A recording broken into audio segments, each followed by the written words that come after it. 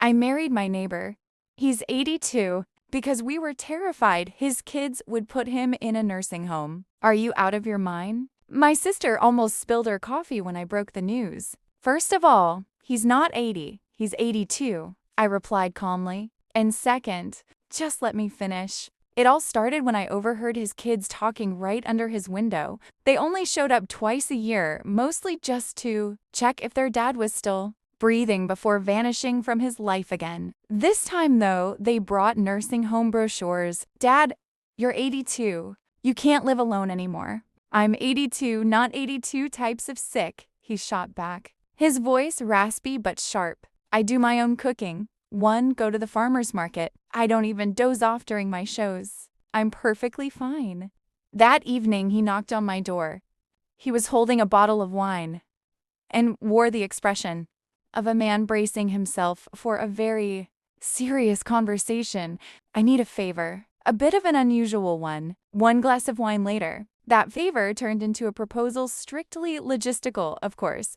Just on paper, he explained. If I'm married, it'll be much harder for my kids to legally put me away somewhere. Out of sight, out of mind. I looked into his blue eyes, which still carried a defiant spark, and thought about my own quiet evenings. An empty apartment, the TV background noise, and total loneliness.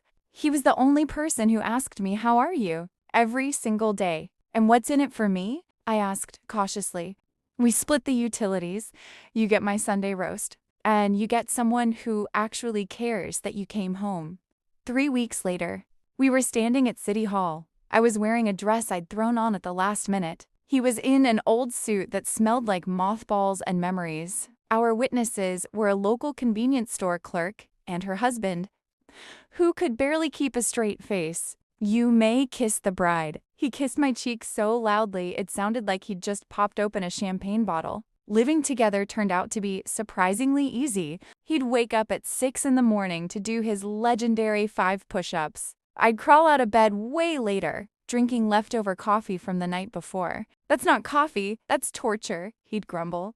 And your workout is a cartoon, I'd fire back. On Sundays, the house filled with the aroma of pot roast and laughter. He'd tell me about his late wife, whom he'd loved his whole life, and about his kids, who saw him as a problem to solve rather than a father. Then came the day his kids stormed into our place, throwing accusations left and right. She's taking advantage of him. She's elder abusing him. My hearing is perfectly fine, he shouted from the kitchen. And by the way, your coffee tastes worse. Why did you two even get married? His daughter asked, glaring at me with pure suspicion. I looked over at him, singing to himself as he poured my coffee. Why? I said. Because I'm not alone anymore. I have someone to share Sunday dinner with. I have someone to say I'm home to. I have a person next to me who lights up when laugh. Is that a crime? The front door slammed so hard it felt like a punctuation mark at the end of their argument. He walked over, holding 2 mugs. They think I've lost my marbles. Well, they're not completely wrong, I smiled. You're crazy too, you know. Exactly, that's why we're a perfect match. Your coffee is still toxic waste. And your push-ups are still a joke. Yeah, well, cheers to family. We clinked our mugs together against the backdrop of the setting sun. A very real kind of fake love. 6 months later, nothing has changed. He still gets up way too early. I still ruin the coffee. And our Sundays still smell like pot roast and happiness. Any regrets? I ask him sometimes. Not for a single second, he answers every time. People can call our marriage a sham all they want. To me, it's the most authentic thing that has ever happened in my life.